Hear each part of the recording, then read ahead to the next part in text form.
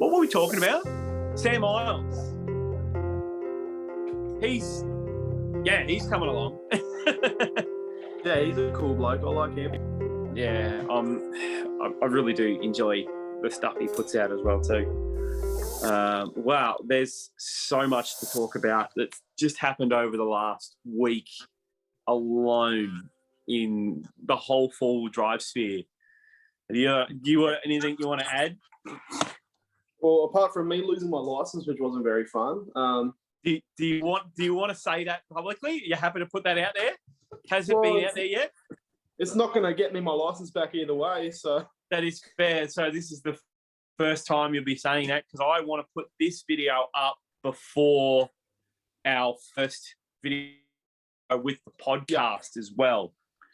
So I'm just going to cut it in. Well, I'm just going to start with an intro as well too. Hi, I'm Thomas. I'm from Food Wheel Driving, and I've got Marley Grubby, and I'm just doing an interview with this bad boy because, we met on TikTok, and ever since you're amazing what you do, and I wanted to chat more about, what you do, everything you do in the four-wheel drive community as well too. So introducing Marley Grubby, guys. Cheers. Yeah, hi, I'm Marley Grubby. A lot of you guys would know me as the kid that does all the stupid four-wheel drive meet videos, talking about what 12-year-olds say at four-wheel drive meets. Or more of you guys would probably know me as the half-naked cowboy, just around cut-off work pants with my cowboy hat on and my pit vipers. You guys love those videos, but TikTok doesn't apparently. So I've stopped doing a bit of those and trying to focus more on building my car and promoting that a bit more. Yeah, people seem to gravitate more to authenticity in the long term when you're building a community as well too. It gets quick likes, but it doesn't build a community. Yeah, absolutely right. Yeah, you're absolutely right on that. Yeah. So as I was saying before, we're going to start doing a podcast together, and this right now is just basically trying to spitball some ideas to get you more involved. So we just basically just trying out the Zoom meeting. At this stage, I reckon this Zoom meeting, the function that we've got for this is going to work really well for us, and incorporating you into the podcast more as well too. It's going to make recording a lot easier if it's just going to sync all the audio and the video up to one. Don't you reckon? Yeah. Yeah, definitely. This will be a lot easier for filming on the podcast as well. Yep. Yeah. Like all we need, we could take it to the next level and just chuck some earbuds in, and that would probably be amazing. Yeah, because I need to get myself a pair. I've got no iPhone jack on my camera, so I'm just trying to find a half-decent place to film because you can't really see. That's a bit better. Looks so cool the way you were grabbing the camera there. The car was staying still and you were moving around. That was awesome.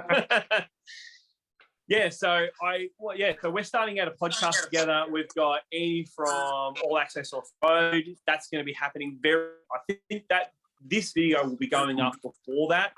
So this is going to be an introduction to you, to my audience as well, and obviously vice versa as well too.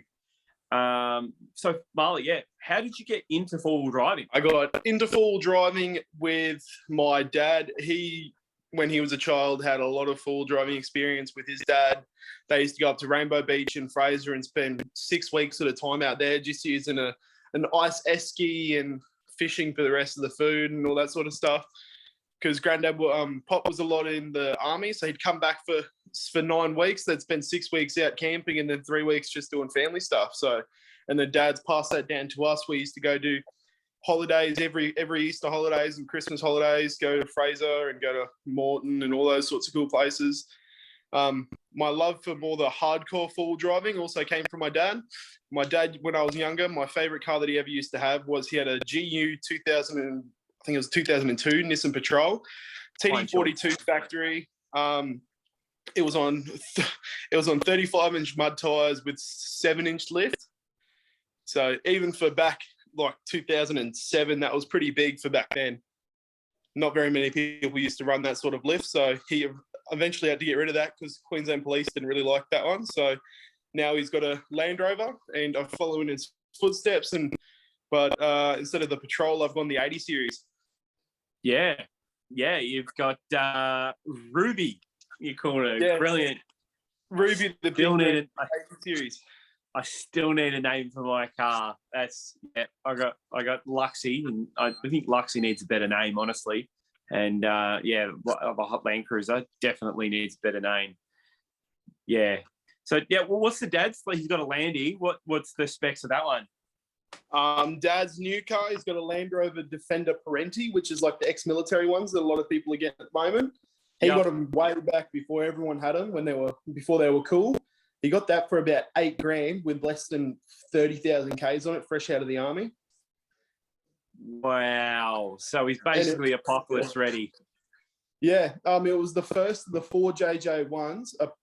Don't quote me on this, but apparently I've been told that it was back before they were originally making the 3-litre motor, and it was a 3.2-litre, and then they decided to put it back because of how they were snapping cranks. That's what I've been told. I'm not sure if that's true, but I thought that was a pretty cool, interesting fact. But yeah, in the Landy, he's running, he's got a big turbo on it, big front mount. He's got some cool spotlights in the front of it. It looks from the outside, looks like what you'd see a military Land Rover looking like, but it's got the big flares on the front of it and big 4-5-inch lift in 35s. That's incredible. But enough about his car. What about Ruby? Can you tell me, run me through the specs of Ruby? So a few weeks ago, this was when it was all looking good. I had Ruby sitting on a 4-inch lift with 35-inch mud tires. That's had to get kicked back down because of what's happened on Fraser Island with Queensland Police. It's now sitting on a 2-inch lift with 33-inch mud tires, but it does still have the 12.5-inch remote raise shocks, which are making it flex like a mad dog out of hell. And it drops like another 4 inches below sill when I get it to max, but I'm just losing coils at that point. So, as you can see in the photo behind you, that was it when it was on 4-inch lift. So it flexes even more than that, but it's like doesn't look as tall when you're looking at it. Yep. Yeah, so they're 33s? My new ones are, yeah. Yeah, so and you were running 35s. Possibly slashing my tyres. Yeah, that is rough to have your tyres slashed, because it was like, 1, maybe you just might rubbed up against something. 2, nah, that's unfortunately just some, bad people out there. Hopefully they didn't recognise your car. Hopefully it was just random, honestly. I think it's been recognised from my car because I live in a pretty well-known street. It's not like I'm far away from anyone. Everyone knows where my car is. Unfortunately, that's just what happens when you become kind of an influencer. Some people don't like you, or some people just want to be little a-holes and go stab tyres. So that's going to cost me about $600-700 in tyres, which isn't very fun. Yeah, man, that's rough. That really is. On to lighter things. Apologies, man. That's all right. What was Morton like? Morton Island. I never went over there in the 4-wheel drive. We just went over there just in the resorts, but the resorts were really nice as well. Yeah, you would have spent a fair amount of time on the beach. That would have been awesome. Yep. I haven't been over there since I was about 12. From what I can remember, it was awesome. Yeah, of course. Have you got any... I don't want to say this because you like a lot of people don't like telling people about their favourite spots, but favourite places and areas. You don't have to be more direct as well too, because if you say stuff, people want to go there. Honestly, it's not really a very hidden place, but it's my favourite place that I've ever been. Hands down, would have to be at Sandy Cape on Fraser Island. When sunset's coming down, you're on the top of the Sandy Cape sand dunes, and you're just sitting down watching the sun go down. It was the best experience I've ever had in my life. And I tried to go do that again a few weeks ago when I was over there, but due to the massive amounts of tidal waves they'd been having and erosion, we weren't able to get that far up the island. Yeah, it's been pretty rough up there. The weather's been pretty crazy. Yeah. Basically, anywhere where there's a beach and there's a beautiful sunset, that's the best place to be in a 4-wheel drive. See, that's the thing. I've literally only been beach 4-wheel driving twice, and it was when I was living in Queensland up on the Sunshine Coast. I I did Rainbow Beach once, and then Fraser on a four-wheel drive tour, and that's all I've done. So I've never been on sand with I've never driven on sand myself, so I am so keen. I've got a South Australian four-wheel drive trip over the road. That's going to happen with a few friend and family members. That's going to happen in June, and I am super keen for that. Very keen. Yeah, man, that'll be sick. My mum's boyfriend's from South Australia. He's from Darricourt, so he reckons there's some awesome sunsets and beach driving over there. So, yeah, well, you can in South Australia. You've got south westerly facing beaches, which a lot of other places in all of Australia don't have that. They've all got either southerly, northerly, or easterly. So, yeah, you can get westerly facing sunsets, which looks really, really cool, especially if you're on the Central Coast as well too. Yeah, I am super keen as well. And we were speaking before, snow, the opposite of sand. Super keen for some proper snow. Maybe one day you'll have to come down here and come out with Andy and myself, and we'll go up snow four-wheel driving in the high country. Yep, because as I was telling you before, I've never even been to the snow, never even seen it. Closest I've come to snow is probably a bit of hail hitting my mum's car while we were driving home a few years ago, and that didn't end very well. No, the hail in cars usually ends up in a write-off most of the time. Even the lightest of hail, it happens all the time. When I was living in Melbourne, I knew so many friends and family members that you would have to either run and hide, or if your car was out there, just caught. I had a mate that he had his car, brand new car, written off, and he was devastated. So he had to go out and buy a new car, and he'd only bought a car 2 weeks ago. It was rough. Wow. Yeah, it does a lot of damage, and it just comes in. The weather comes in really fast and quick, and then it's done. Yep, it all happens real quick and real fast, but it's what happens. You got to try and make. Well, the thing is, the only good thing about four-wheel drives is it's going to get that damage soon anyway. So. Yeah, exactly right. Exactly right. I wanted to, because this is going to go up this week. This video, we'll get in on this early and quick. The weekend of, I'm just calling it the weekend of defects, or the defect weekend. It has ravaged the four-wheel drive community when, Vic Pol executed Operation Compass or something. Operation Compass or something like that. And they were seeking out four-wheel drive vehicles by basically going onto the off-road tracks. They weren't going on the hardcore off-road tracks and seeking out the vehicles. It's some next level stuff that they're starting to do. Yep. Well, they went into some pretty hardcore tracks up where we were, and I heard some people got done coming out of Teacup, which is my local track, and near the Gold Coast, but only because they got done because it's on separate private property compared to the actual main track. But Kaido, Lockie, all those boys all got done. I saw on one of your videos. Yeah, well, I did a bit of research and I spoke with a few comments to Kaido directly, and he said it was the beadlocks and the seats.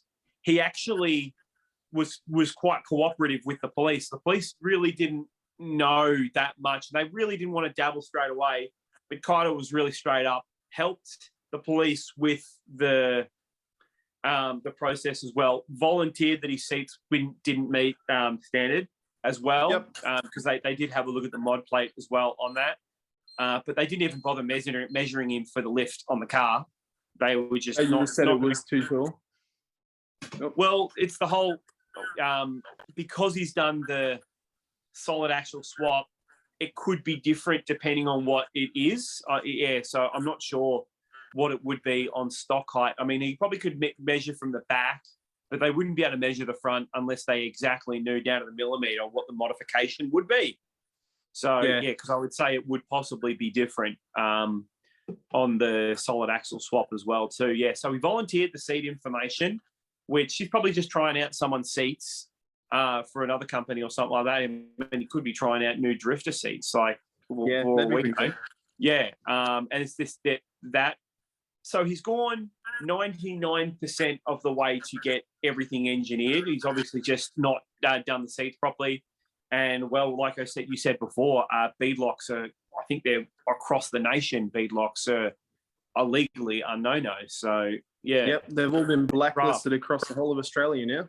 Yeah, I think they're getting some sort of unification. It does seem like that a lot of the road stuff are getting all unified, which... because I do know there was a few other places. I think there was WA that you still could have legal 35s. I'm not sure. I need to do more research on this. I actually do to find out what other states and other rules were as well. Yep. Because I'm volunteer. Yeah, I'm waiting for me my first defect because I've got 35s and I got a buttload of wheel poke. So I've got a set of 33s so I can swap in and out, but I very much don't like to do that. Like, it's a lot of work rocking up to a full drive track just to swap tires and then swap them back over after a few hours. Yeah, like they are mud terrains on both of them, but it's the wheel base because I've got neg 44s on 35s on the Cruiser, and that just gives you such a wide stance.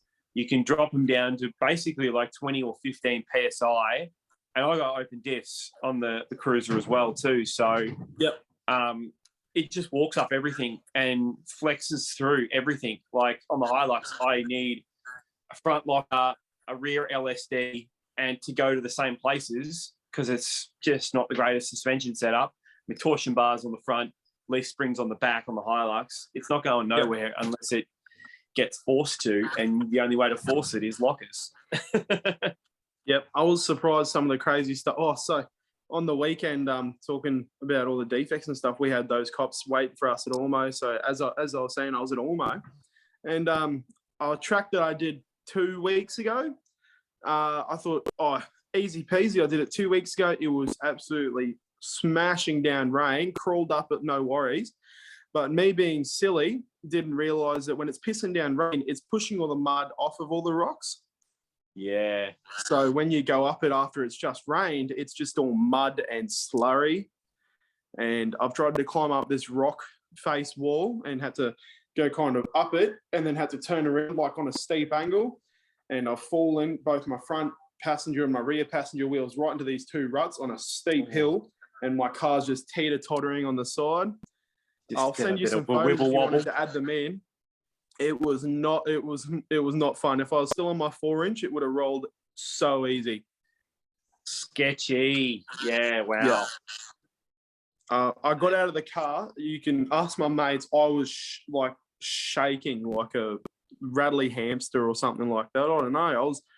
I was so scared just sitting there. I couldn't even take my foot off the clutch because I was freaking out. And roll an inch back and you're on your lid, go a bit further forward and you slide into this other hole and you're on your lid as well. So it was amazing how I got out of that. Props to my mate Riley for trying to get me out of that one. Drove it out by the end. So yeah, that was my hectic weekend. As I showed you before. Was that this weekend just gone by? Yeah. Wow. So we've both had hectic weekends because I took the Cruiser out and I let my little brother and my big brother have the Hilux, and he ended up, we did a ball joint, a CV joint, like the ball joint popped off. We had a backyard fix on the ball joint, which is not his fault, and that's why the CV was turned out, and that broke as well. Yep. So we had to basically limp home in 3-wheel drive. And it was a sketchy hill that we had to go down. It was like the nightfall fell. We were driving at night, and it was down this huge steep hill. And Hilux doesn't flex that well, so it always puts the wheel in the air.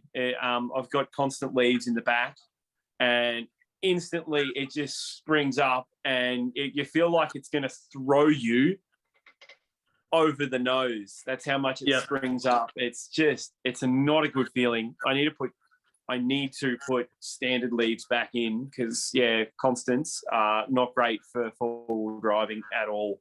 It's got about as much flex as a wheelbarrow on steroids. It literally is a wheelbarrow because it just pokes up and becomes a 3-wheel, just like a wheelbarrow would. Yeah, constantly. Yeah, it's so bad. It doesn't flex at all. yeah. And My old Colorado was the same. You need a little bit of flex if it's you're going off road as well too. You're not going to get that with constant leaves. And I've got an aluminium tray on the back. I've got an aluminium bull bar. Like its thing is basically a tear weight. Like I've only got a winch that's on there that's added extra. Yeah. And yeah, it's a little dual cab. Like it's so light. That's what you want though. Better to be light than too heavy, and you can't get up something because you're too heavy. It is exceptional as like a light zippy car. Like if you're getting onto like the not the fire trails, yeah, it's probably the best way. Like the fire trails that aren't hardcore 4-wheel drive tracks, it can move along them as well too. Like it's pretty torquey. In the about like 2,500-3,000 revs, and it's basically a rally car. It's incredible. Yeah, those sorts of cars are the best ones on the beach. I'll tell you that because they've got the good speed and all that sort of stuff, and they're real lightweight, so they're not going to bog down as easy. Yeah, that's so true. Because I put my foot down in the Hilux, and it goes, and I put my foot down in the Land Cruiser, and it does the. Oh, mate, imagine a naturally aspirated 1HZ. It's even worse than the 1F. Oh, really? Yeah. Have you seen my 0 to 100 video that I did on TikTok a few months ago? It was like 45 seconds to get to 0 to 100. Oh, I have to do one as well, too. I'm going to write that down.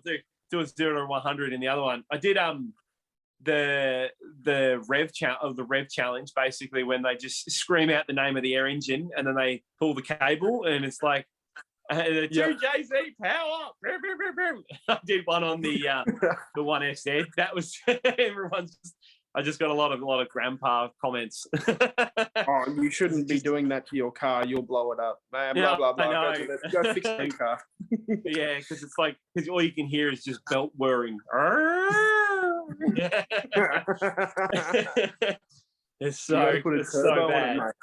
It's cringy. It's cringy as, and I did it on I duetted no, I didn't. I stitched it with the bloke down in Tasmania that does all the garage videos. What's his name? Yep. Pokey's Mechanical. Oh, okay. Yeah, he did his on his 2JZ on his Supra, and it sounds incredible. Yeah. And then the 1FZ. And the 1FZ. It's it sounds like a water cracker. Like man. So yeah, how are you going on your TikTok, man? Like what's going on in that world? Like you're obviously transitioning, or not transitioning away, you're doing a more balanced content. Yeah, I've kind of refrained myself back a bit more from doing all of the cowboy videos. I want to do a few more of the car meet videos, but it's really hard because all my friends either have a Hilux or they've got an 80 series. I've got no friends with anything else, like no close friends. Yeah. So it gets a bit hard trying to find I need to find, someone was saying they wanted me to do a dual cab 79 series and be like talking about Explorer life and stuff like that, or Patriot campers. And then someone wanted me to do an N70, or is it an N80 that Kaido has? And they wanted me to say, is this Kaido? All that sort of funny stuff. And it's hard because I don't know too many people with all those sorts of cars. Well, I do, but they don't want to travel all the way over here to come see me just to do one TikTok video. Yeah, that's it. I have an idea. I reckon you've getting to the point where you shouldn't be going to car meets. You should be hosting them. How cool would that be? A really good idea that I really want to do is I want everyone to dress up as Marley Grubby.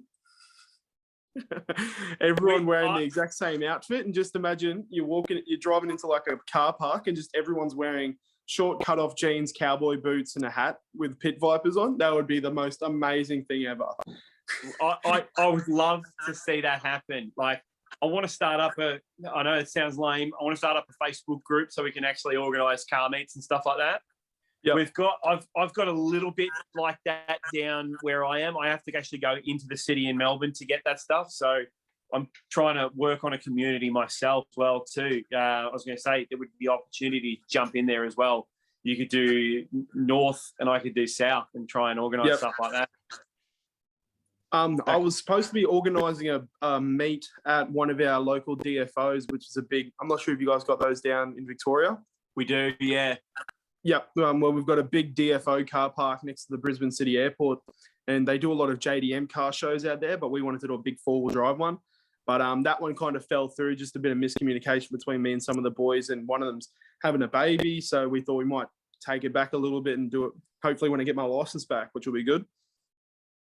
Yeah, that'll be awesome. Like, 'cause the thing, if you're hosting the event, you don't have to have your car there.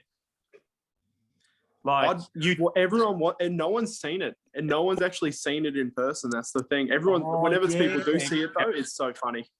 Yeah, everyone reckons, it's a lot worse in person. It doesn't look as nice. I'm like, speaking of looking nice. Speaking of looking, all the lights on it. Oh, the new lights are pretty cool, but as you'd know, with the 80 series, they've got two headlight looms that go from the car into the lights. Yeah. And the lights that I bought have only got one headlight loom that come out of the light. So I can only either have high beams or low beams unless I fuse the two together. Yep. So that's the only hard bit. But yeah, the lights are awesome. For about $350 off eBay, they go amazing. How much? Only like $350. That's not bad. Yeah, it's pretty cheap. Right. A lot of people are saying that you need to get them waterproof though. Yeah, for any river crossings. All right, it's telling me this meeting will end in 10 minutes. So, sorry. No, it's not. No, it was like, I think it's 40 minutes. It must be. That's going to be good for the video time as well too. So that's going to be real good for the video time. Cool bananas. Just snippet everything up and put wherever you want. Yeah, we'll go about 5 minutes more and we'll start wrapping up basically, and we can chat later on afterwards anyway. So, speaking of JDM, oh man, I know this is going to sound like I'm going to sound like a grandpa. When I sell the Pajero, I've genuinely considered getting a JDM Pajero, like an old 90s pre. That'd be pretty cool. Solid axle and everything. Well, a lot of the cars that you can get these days, they're all clapped out, and you can't find the diesels. The old 2.8 diesels. That would be an amazing little car as well too. Yep. Just I'd barely take it off road. I would just use it like a normal car, because like I use the normal Pajero for that. Just for normal things. The price is the one I've got as well too. I saw one online for like 11 grand. Like and it's like under 200,000 Ks, just schmick. That would be crazy. Yeah. Well, that's another thing. The price of cars these days for four-wheel drives is just insane. I think we're seeing the end of that as well too. It's definitely come down, but it's still pretty high up there compared to when I first started looking for a car about 3 years ago. Yeah. Yeah, because I bought the Pajero just before the rise, and I couldn't buy the same car for the same Ks at all. Yeah. Nah. Yeah. I got the Land Cruiser post-COVID tax, so I paid through the nose to get a clapped out 80 series petrol. What did I pay for that? I paid $7. I paid $7 for that. That's still pretty good. But pre-COVID, you could get them for like $2-3 grand, easy. Yeah, exactly. Yeah. Well, one of my mates just bought a 1FZ just like yours, with about 290,000 Ks on it, and he paid. Good. I think it was 12.5 grand. Does it have a few good mods on it? Not completely stock. Grandpa spec. Yeah. But it's been driven by a P-plater. So he's just done no mods to it and just driven the heart out of it. Oh, no. Yeah, he's going, it's awesome. But I'm a bit worried. He's put some He's put some pretty cool mods onto it now. I'm pretty keen to see how it turns out. Got a big lift in it, big tyres, waiting on a bar. Straight petty, cool. No gas conversion? I don't think it's a petty. Oh, no, I don't think it's got gas, but yeah. Yeah, because I bought mine and it had gas converted, and that was the first thing I did was get rid of the gas. Yep. Yeah, it's just not, if you're playing it safe, if you're doing any four-wheel drive and you're getting up close to high revs, gas is not your friend. Like, that's going to make the engine pop real quick. Yep. Yeah. Yeah, no good. No, not at all. All right, Marley. What we're going to do, I'm just going to run through just some tags and stuff we're going to do. Like, if you want to shout out as well too, we can totally do that as well. So, yeah, we're just going to wrap up now. And thank you very much, guys. So make sure we've got our podcast coming up, Marley and I and Andy from All Access Off-Road. That's really, really coming up really, really soon. And I've got a few trip videos coming on the way. I'm going to be doing a few more cooking videos as well too. A few more videos on the 80s. That one I've got mods coming out of my coming out of the wazoo going on there. So it's going to look like a very different car soon. Marley, do you want to shout out anything? Yeah, just follow me on TikTok at Marley Grubby. Don't worry, you just chuck that in there, you'll find it. My Instagram is linked on my TikTok, but that's at Marley Grubby 2. And my Snapchat, if you guys really want, is at Marley Grubby 2 as well. So hit me up on those. And if you ever want to go for a drive, hit me up. Yeah. That's pretty so cool. True. Always posting new content. I love that. It's like I love going on drives with people as well too. I mean, just jumping in passenger, just coming along for the ride is enough sometimes. Where'd you go, Marley?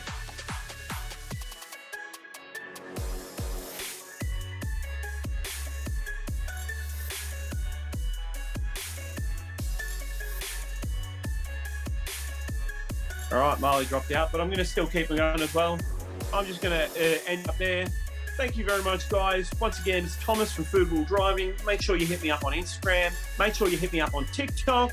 Make sure you hit me up on Facebook as well. And obviously here on YouTube. And we'll see you in the next video. Thank you very much. See you out in the tracks.